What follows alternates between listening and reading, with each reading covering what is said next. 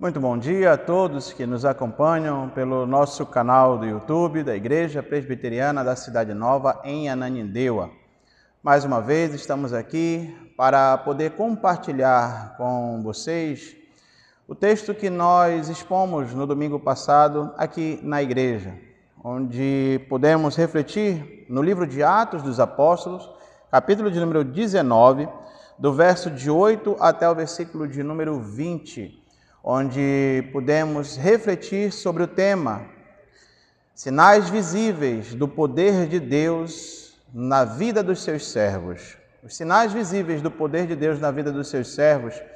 Diante do texto que nós refletimos, nós percebemos que esses sinais não são especificamente somente milagres, mas principalmente a pregação genuína da palavra de Deus como um sinal de restauração, de regeneração, de transformação, de salvação de vida de pecadores.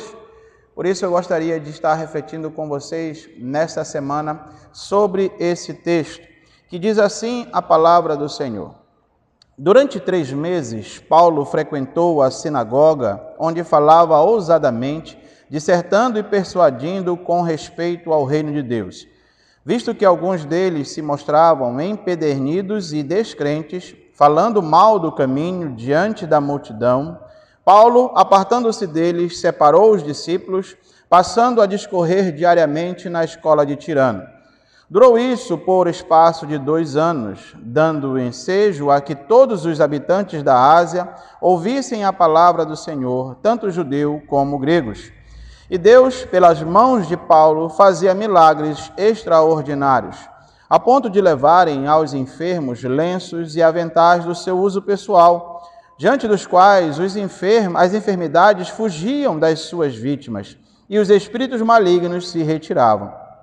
E alguns judeus, exorcistas ambulantes, tentaram invocar o nome do Senhor Jesus sobre pessoas de espírito malignos, dizendo: "Esconjuro-vos por Jesus, a quem Paulo prega."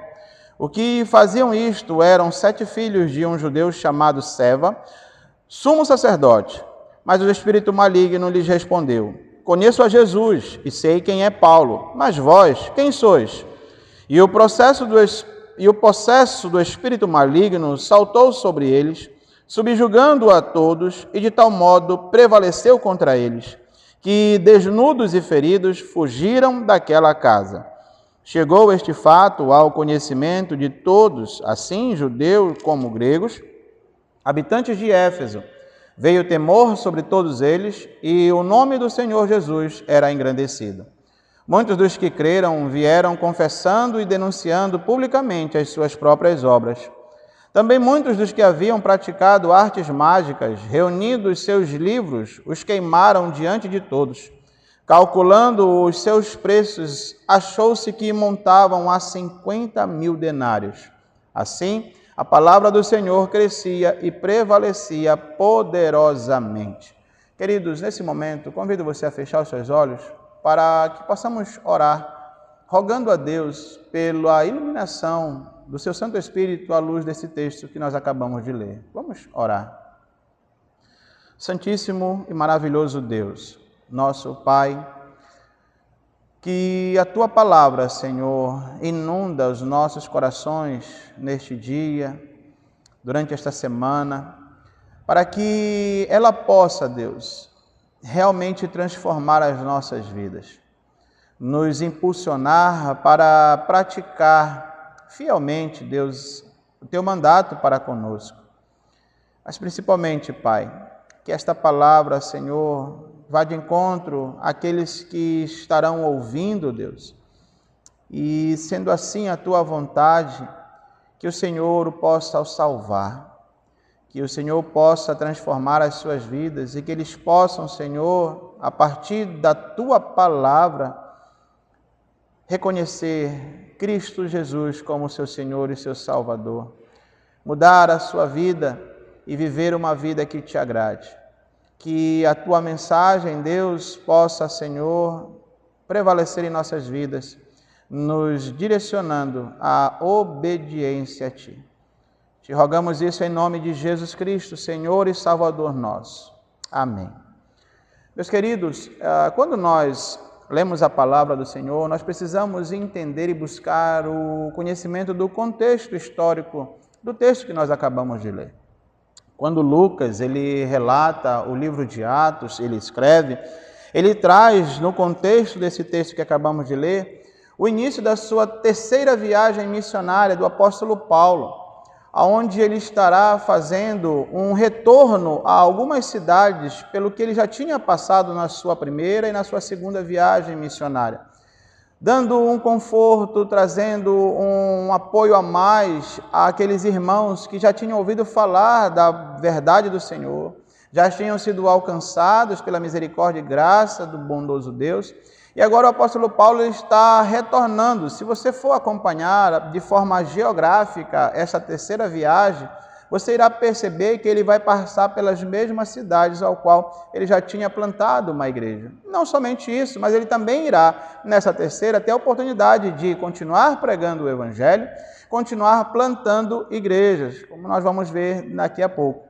Porém, queridos, o início dessa terceira viagem é relatado por Lucas aqui, trazendo um novo personagem, um homem chamado Apolo, judeu que vivia na cidade de Alexandria, uma das cidades muito conhecidas do Egito, por causa do seu ensino, do seu conhecimento, por causa das filosofias, assim como Atenas, a Alexandria era uma das grandes cidades do conhecimento. E Apolo, ele cresceu nessa cidade, era um judeu que cresceu nessa cidade, que teve esse conhecimento, que aprendeu, que estudou, porque tinha esse livre acesso.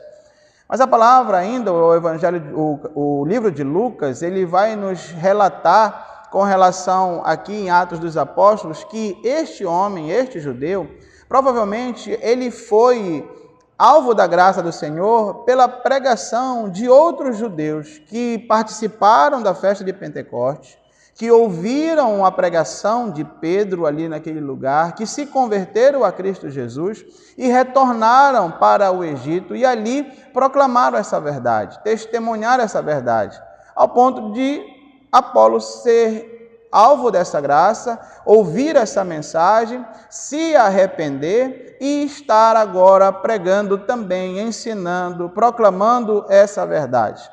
Contudo, nós percebemos que este homem, ele tinha um diferencial muito importante.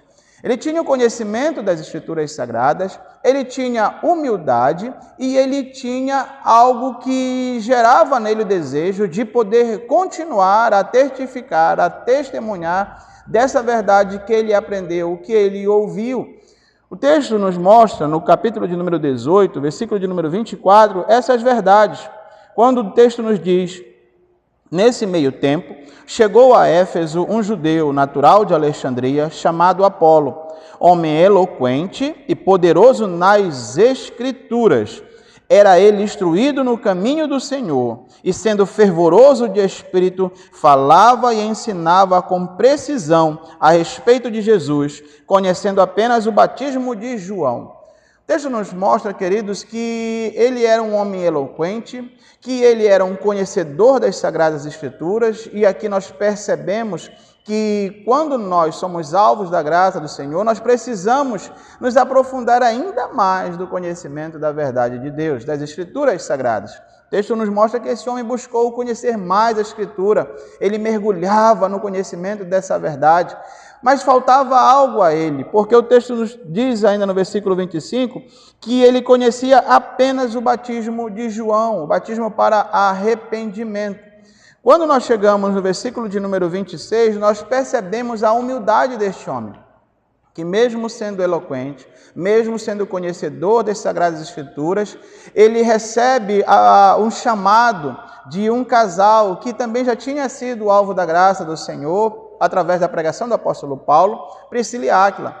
E eles chamam ele para poder trazer a ele agora um conhecimento a mais, que poderia ajudá-lo ainda mais na continuidade da pregação da palavra de Deus.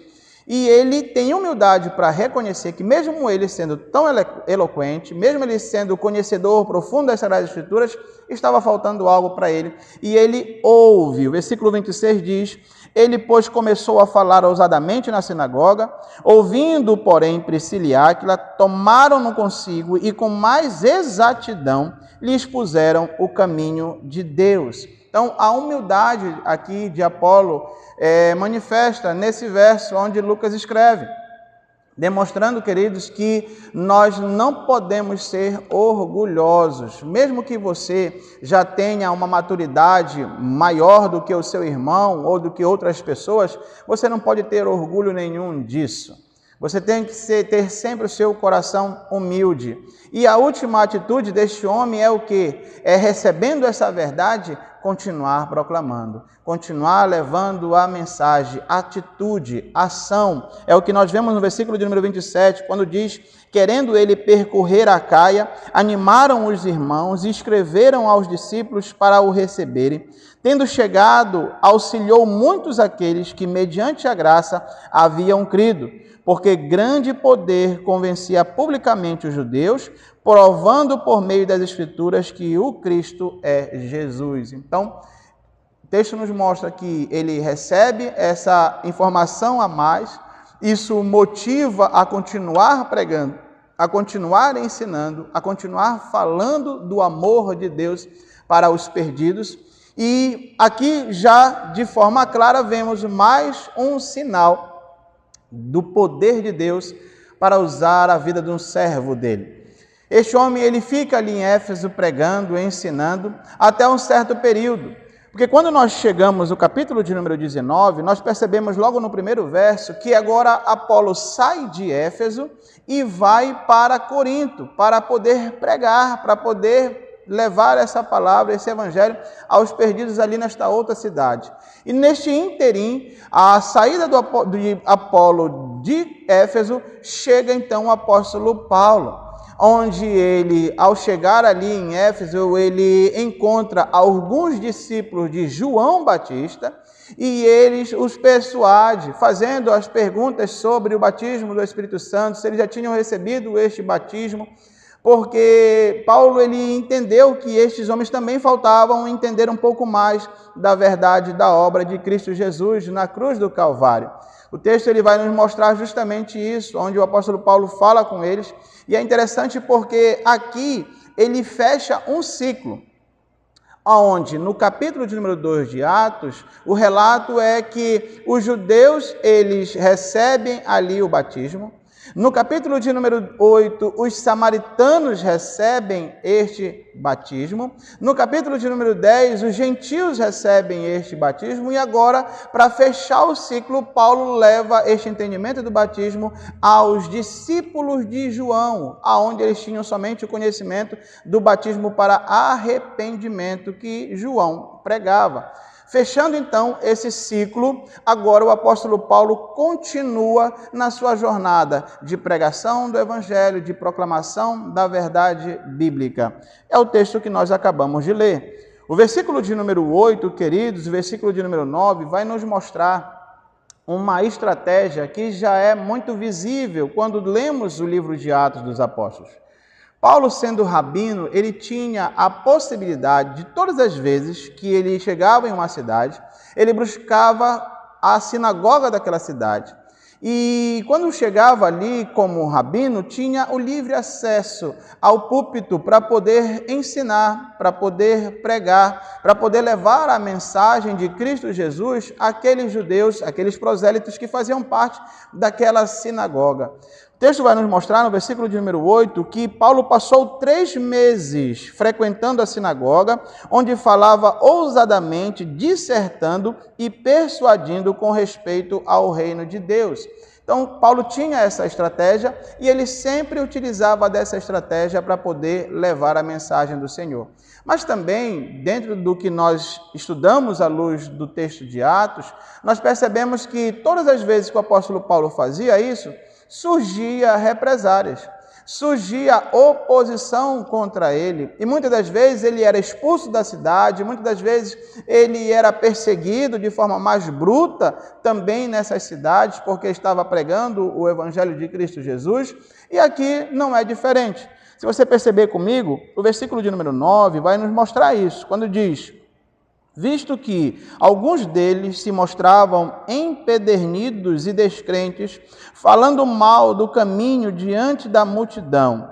Paulo, apartando-se deles, separou os discípulos, passando a discorrer diariamente na escola de Tirano. Então aqui nós percebemos, meus irmãos, que Paulo também aqui vai receber uma oposição. Alguns judeus vão se levantar contra ele. Por quê? Porque havia essa grande dificuldade de entendimento de muitos judeus com relação à salvação pela graça. Porque para eles era obra, eles tinham que fazer algo para conquistar essa salvação. Quando Paulo lhe chegava para pregar sobre a graça, que não há necessidade nenhuma e nenhuma ação nossa para a salvação, é simplesmente obra de Deus mediante a ação e obra de Cristo Jesus, isso trazia um choque muito grande para os judeus. E por causa disso surgia essa represária, surgia essa oposição, essa opressão, ao ponto de o apóstolo Paulo deixar a sinagoga. Depois de 3 meses, ele deixa a sinagoga. Mas aqui, queridos, é que eu queria chamar a atenção de vocês. Por quê? Porque aqui nós percebemos o primeiro sinal visível do poder de Deus na vida do seu servo. O primeiro sinal aqui, queridos, é quando o próprio Deus abre uma outra porta para o apóstolo Paulo continuar a pregar e a ensinar sobre Jesus Cristo. E é interessante, se você perceber comigo, meus amados, o tempo aqui é maior. Deus ele abriu a porta por mais 2 anos para o apóstolo Paulo nesta escola de Tirano, onde ele tinha a oportunidade de ensinar, não como na sinagoga. Por quê? Porque nas sinagogas ele só tinha o período do sábado, onde os judeus se reuniam para ouvir e cultuar o nome do Senhor. Mas agora, queridos, Paulo está tendo a oportunidade de estar ensinando não somente uma vez por semana, mas sim todos os dias da semana. Olhem comigo, o versículo de número 9, o finalzinho, a parte B, ele vai nos dizer isso. Apartando-se deles, separou os discípulos, passando a discorrer diariamente na escola de Tirano. Durou isto por um espaço de 2 anos, dando ensejo a que todos os habitantes da Ásia ouvissem a palavra do Senhor, tanto judeus como gregos. Então aqui, queridos, nós percebemos a ação de Deus sobre a vida do seu servo. Esse sinal visível, onde Deus abre esta porta para que ele pudesse estar ensinando diariamente, e não somente judeus e prosélitos que participavam do culto na sinagoga, mas agora para todos da cidade. O texto nos fala que todos os habitantes da Ásia ouvissem a palavra do Senhor, tanto judeus como gregos. E aqui você percebe, meus irmãos, que a palavra do Senhor ela nunca volta vazia. Esse é o sinal visível do poder de Deus na vida do seu servo. Paulo, quando estava pregando durante esses 3 meses na sinagoga, teve oposição? Teve, mas tiveram pessoas que ouviram a palavra, que foram alcançados pela graça do Senhor mediante a pregação genuína da palavra de Deus. Tanto é que Lucas ele registra isso dizendo que apartando-lhes dele separou os discípulos. Então já havia discípulos que estavam ali durante esses 3 meses, que ouviram o evangelho e que estavam agora caminhando com Paulo, querendo saber mais, querendo ouvir e conhecer mais de Cristo Jesus. Da mesma forma que surge a opressão, mas também Deus alcança os seus eleitos pela pregação genuína. Primeiro sinal visível do poder de Deus na vida do seu servo é esse, meus amados irmãos. Pregar a palavra genuína de Deus, para que haja transformação, para que haja salvação. Isso é muito importante a gente entender, porque muitas das vezes nós queremos somente ver os sinais como milagres.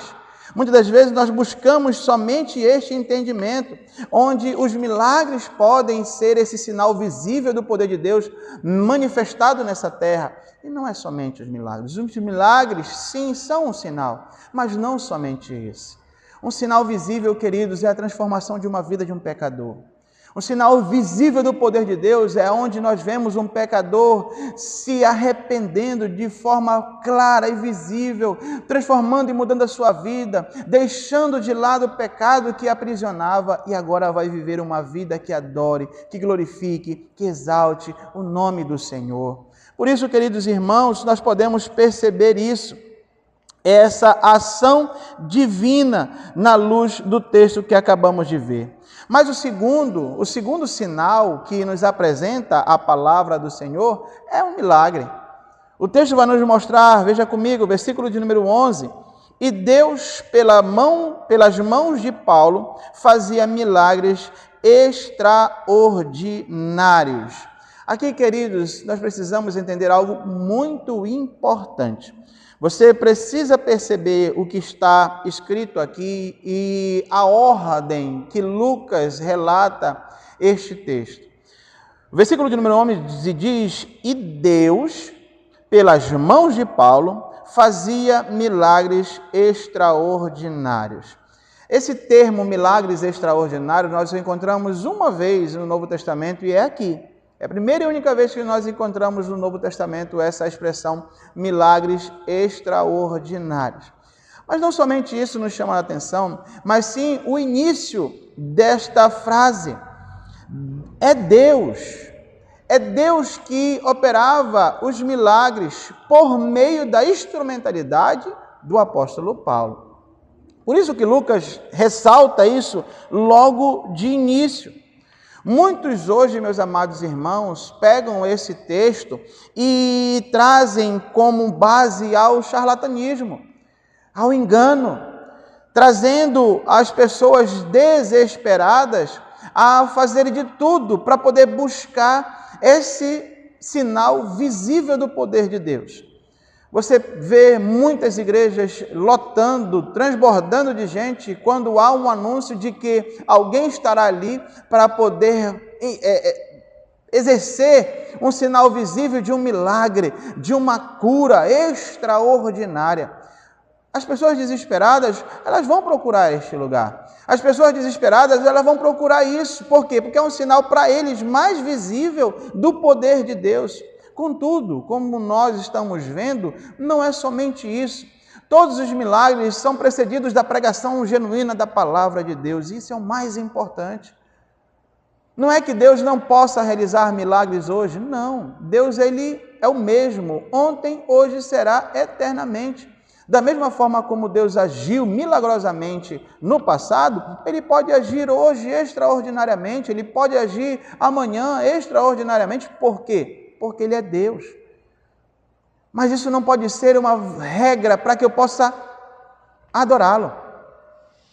Isso não pode ser uma regra para que eu possa conhecer. Eu só conheço a Deus se eu ver um milagre acontecer. Não é isso que a palavra de Deus nos ensina.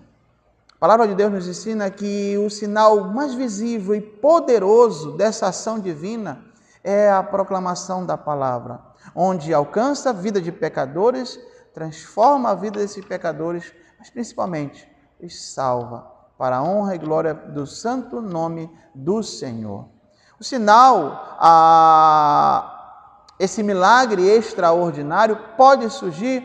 Pode, mas tudo vem desse Deus que se revela à luz da sua bendita palavra. Por isso que Lucas diz, é Deus, pelas mãos de Paulo, fazia milagres extraordinários. Deus, Ele usava a instrumentalidade, Ele usou a instrumentalidade de Paulo para poder abençoar pessoas, para poder curar pessoas, para poder libertar pessoas. Mas isso não era para que Paulo se engrandecesse, mas sim para que o nome do Senhor fosse glorificado. Se você perceber, queridos irmãos, muitas pessoas vivem desesperadas procurando um sinal. O texto nos fala, no versículo de número 12, a ponto de levarem aos enfermos lenços e aventais de seu uso pessoal. É como que se o povo, ao ver Paulo, eles iam para cima dele e tentavam rasgar um pedaço da sua roupa, pegar alguma parte dele ali, de sua vestimenta, para poder levar aonde estavam os enfermos e por causa desta parte da vestimenta, levar-se a cura. Era o desespero da população. Mas Deus, sendo rico em misericórdia, ainda usava este meio para alcançar, para que o seu nome fosse glorificado. Contudo, irmãos, não era Paulo, mas sim Deus. É o poder de Deus, queridos, que liberta o encarcerado. É o poder de Deus, meus amados, que transforma a vida do perdido. É o poder de Deus que cura de forma extraordinária o enfermo. Por isso nós precisamos entender, e é isso que a palavra de Deus nos traz para o conhecimento, de podermos entender essa verdade. Por quê, queridos? Porque se não entendermos isso, nós infelizmente vamos cair nas artimanhas de muitos falsos profetas, de muitas pessoas que querem se vangloriar com relação a este texto, à luz do que a Escritura fala aqui nesse verso de número 11 e verso de número 12. Porque é exatamente isso que acontece. Se você continuar a leitura juntamente comigo, você vai perceber que a partir do versículo de número 13, vai surgir homens que querem se aproveitar dessa situação. Mas Deus, ele é tão poderoso, meus irmãos, porque assim como ele é amor, ele também é justiça. E ele age aqui com a sua justiça. Perceba comigo, queridos, o versículo de número 13 em diante vai dizer que alguns judeus, exorcistas ambulantes, tentaram invocar o nome do Senhor Jesus sobre pessoas de espíritos malignos, dizendo: esconjuro-vos por Jesus, a quem Paulo prega. Vocês percebem aqui, queridos, o charlatanismo operando? Pessoas agora querendo pegar este intuito desses milagres extraordinários de Deus e agora querem, buscando para si a vanglória, dizer que, olha, em nome de Jesus e deste homem que vocês estão vendo aí, que por meio dele há milagres extraordinários, é por causa deles que eu estou aqui agora para expulsar demônios, para também curar enfermos.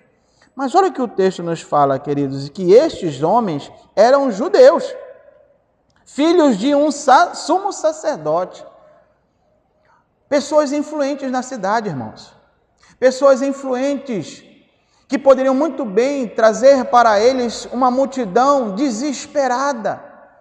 Por quê? Porque conheciam, porque sabiam quem eles eram. Olha só, o texto nos diz: os que faziam eram 7 filhos de um judeu chamado Seva, sumo sacerdote. Mas Deus, ele é tão maravilhoso, irmãos, que ele aplica a sua justiça à luz daquilo que está sendo deturpada a sua palavra. O versículo de número 15 nos fala que: mas o espírito maligno lhes respondeu: conheço a Jesus e sei quem é Paulo, mas vós, quem sois? Eles utilizando o nome de Cristo, eles utilizando o nome de Paulo para receber a vanglória, o próprio espírito imundo os humilhando diante de todos os que estavam ali, perante todos os que estavam ali. Ele diz: conheço a Jesus e sei quem é Paulo, mas vós, quem sois? E é interessante que a humilhação não termina aí. Se você perceber o versículo de número 16, Lucas, ele traz ainda esse relato histórico de forma mais específica, quando ele diz que o possesso do espírito maligno saltou sobre eles, subjugando-o a todos, e de tal modo prevaleceu contra eles, que desnudos e feridos fugiram daquela casa. Olha só, meus amados irmãos, a ação de Deus aqui, o ato, o sinal visível do poder de Deus, mais uma vez manifestado aqui, à luz de pessoas que queriam receber a glória para si, de pessoas que queriam enganar o povo, pessoas que queriam usurpar daquelas pessoas desesperadas a sua fé.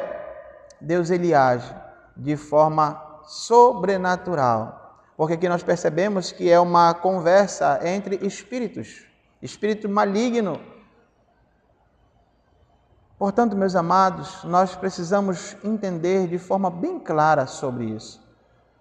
A palavra de Deus nos ensina sobre os sinais como milagres extraordinários. Deus, ele opera de forma ordinária, extraordinária, porque ele é Deus. Ele é soberano. Ele está no controle de tudo e de todas as coisas, mas toda a ação de Deus tem um propósito: o louvor da glória do seu nome. Se você perceber comigo, queridos, o versículo de número 17 vai nos trazer justamente esse entendimento. Quando diz: chegou este fato ao conhecimento de todos, assim judeus como gregos, habitantes de Éfeso, veio temor sobre todos eles, e o nome do Senhor Jesus era engrandecido.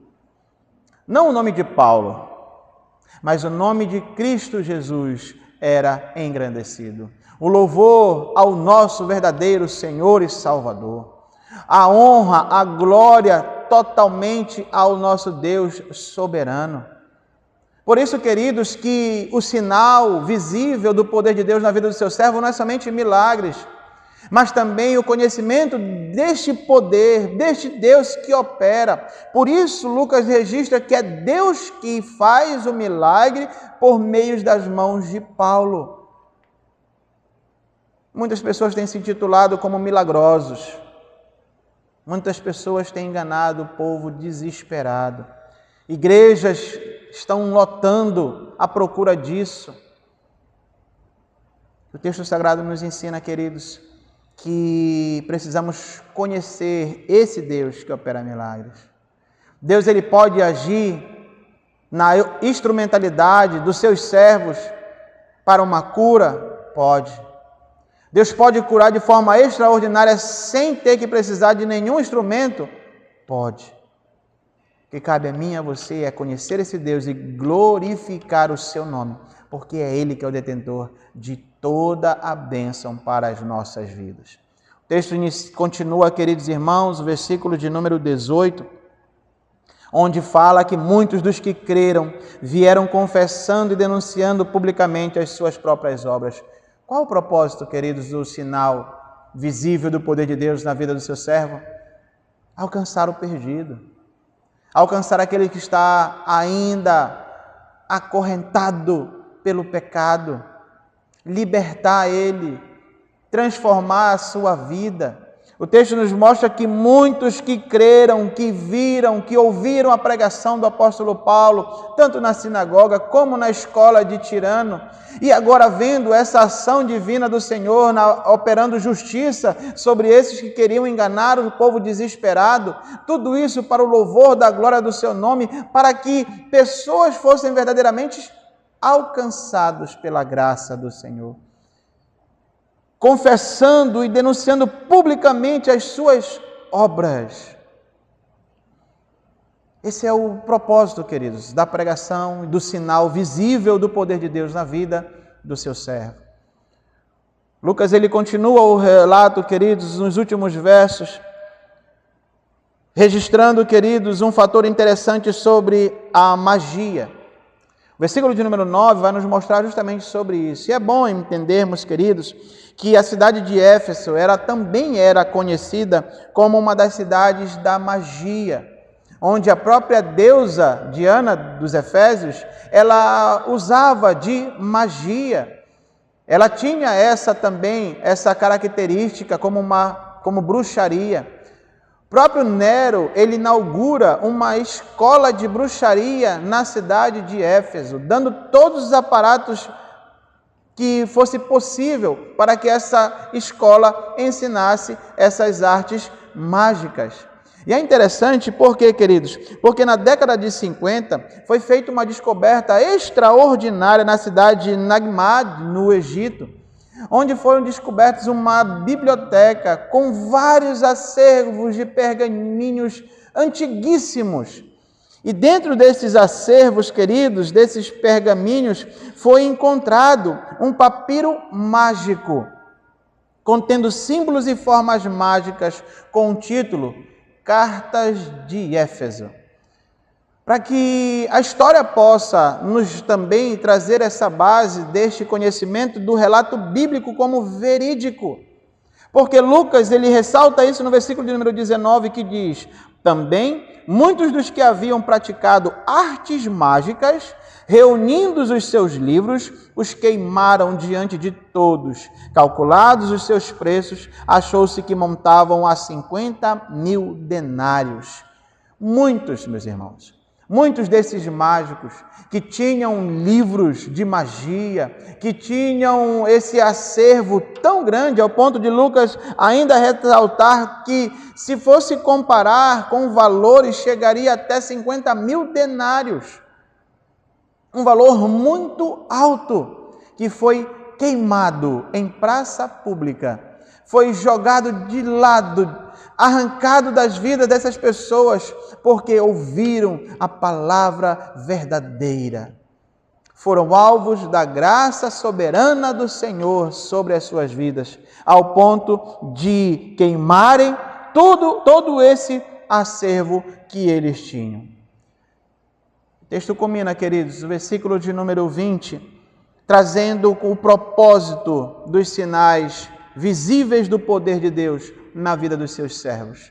Nós vimos desde o início Deus agindo na vida de Apolo, Deus agindo na vida de Paulo, e agora, queridos, nós vemos Lucas trazer, fechando este entendimento, o propósito total de tudo isso que foi realizado, que foi relatado, que foi inspirado por Deus para alcançar vidas ali naquelas pessoas, mas também, queridos, chegar este conhecimento para as nossas vidas. Nós podemos ver, queridos, que esse período que o apóstolo Paulo passou ali em Éfeso foi um dos maiores períodos de grande mover do poder de Deus e de sinais visíveis desse poder na vida e no ministério do apóstolo Paulo. Foi aqui que o apóstolo Paulo escreve a carta aos Coríntios, a primeira carta aos Coríntios. Se nós formos ver a possibilidade das datas, provavelmente também foi aqui que ele escreveu a carta aos Gálatas. Aqui também, meus amados irmãos, nós vemos que ele fundou outras igrejas, como Laodiceia. Foi aqui que ele recebe a companhia de Tíquico, de Epáfras. Foi um momento muito bom do ministério do apóstolo Paulo, onde Deus abriu essa porta maravilhosa para que ele pudesse pregar e propagar o evangelho, com um propósito. Versículo de número 20 diz: assim, a palavra do Senhor crescia e prevalecia poderosamente. É aqui eu queria terminar, queridos, trazendo justamente esse entendimento e algumas lições. A palavra do Senhor, o texto nos fala que crescia e prevalecia. Lucas, ele registra isso, meus irmãos, para justamente contrapor aquilo que temos visto hoje em dia nas igrejas. As igrejas buscam, e a maioria dos seus líderes, encher o templo, trazendo informações de pessoas que poderiam ser usadas por Deus para milagres extraordinários, buscando alcançar essas pessoas desesperadas. E muitas das vezes nós, como líderes, olhamos para a igreja e não vemos uma igreja cheia, nós nos cobramos. Por que a igreja está vazia? Por que a igreja está vazia?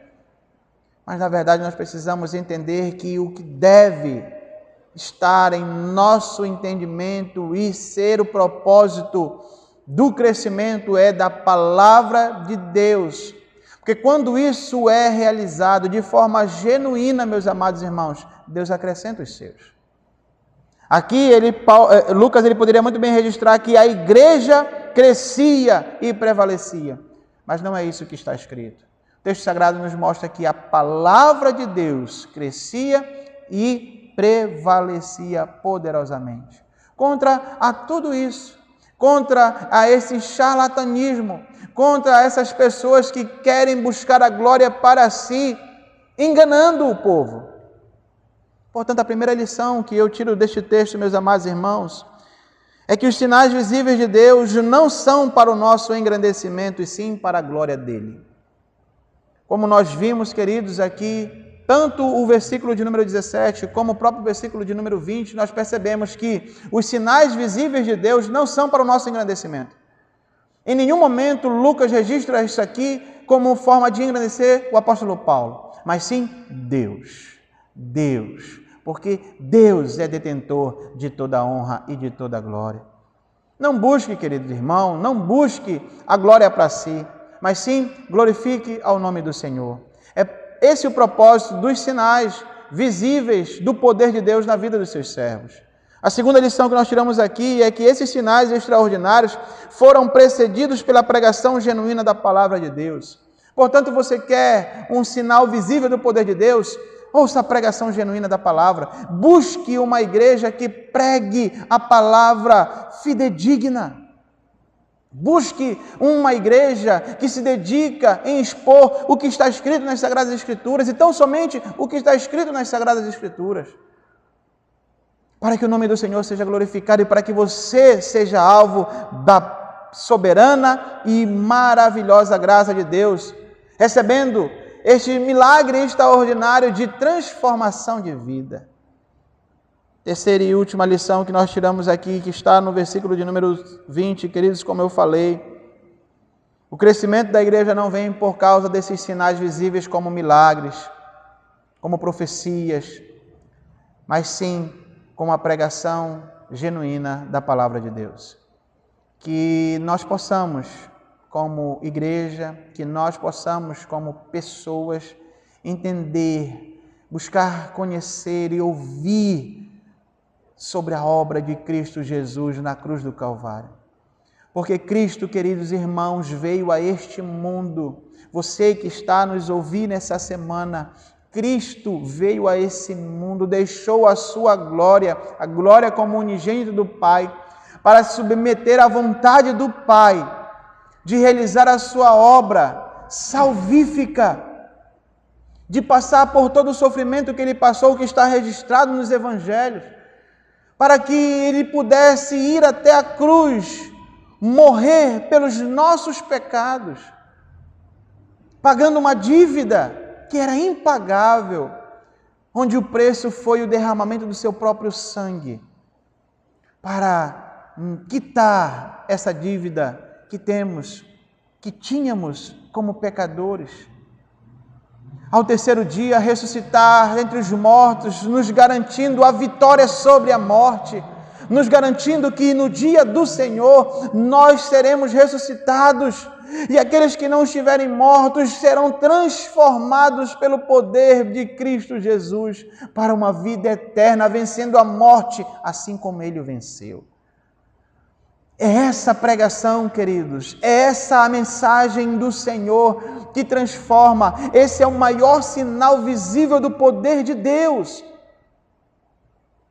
Que nós possamos pregar isso, que nós possamos, ao ouvir, fazer como Apolo e fazer como Paulo, transmitir a outras pessoas, que nós possamos verdadeiramente testemunhar desse milagre extraordinário em nossas vidas. Que Deus possa abençoar a sua casa, que Deus possa abençoar a sua família e que, em nome de Cristo Jesus, essa verdade possa alcançar o seu coração. Vamos orar. Ó Deus maravilhoso, obrigado, Senhor, por mais essa semana que o Senhor nos concede. Pela Tua graça maravilhosa, por intermédio do Teu Santo Espírito, nos iluminando, Pai, à luz do texto sagrado. Pai, de forma especial, Pai, eu te peço em nome de Cristo Jesus, que Tu alcance todos estes ouvintes, Pai querido, por este meio de comunicação, que eles possam ser alvos da Tua graça, mas que assim também, Pai querido, como nós que recebemos essa verdade, que confessamos Senhor como nosso Senhor e Salvador, Jesus Cristo como nosso Redentor, que também possamos testemunhar isso a outras pessoas. Que esta mensagem possa alcançar vidas, Pai, pela compartilhação deste texto, deste vídeo, Deus, mas que principalmente a Tua palavra possa alcançar os perdidos. Perdoa-nos, Deus, em Cristo Jesus, os nossos pecados e ajuda-nos, Pai, a viver para o louvor da Tua glória, porque foi para isso que nós fomos criados. Te adoramos e rendemos graças a Ti, em nome de Jesus Cristo. Amém. Que Deus abençoe a sua casa, que Deus abençoe a sua família, que você tenha uma semana abençoada E fica o convite. Você que está nos assistir por este canal, que você nos visite. Faça uma visita à Igreja Presbiteriana da Cidade Nova, em Ananindeua, situada na travessa WE31, número 422, na Cidade Nova 5, em frente à Escola de Dança, Centro de Dança Luz, próximo ao supermercado Josafá. Que você possa, querido, querida, você que nos ouve, fazermos uma visita ou buscar conhecer mais esta verdade que você acaba de ouvir. Que Deus te abençoe em nome de Jesus.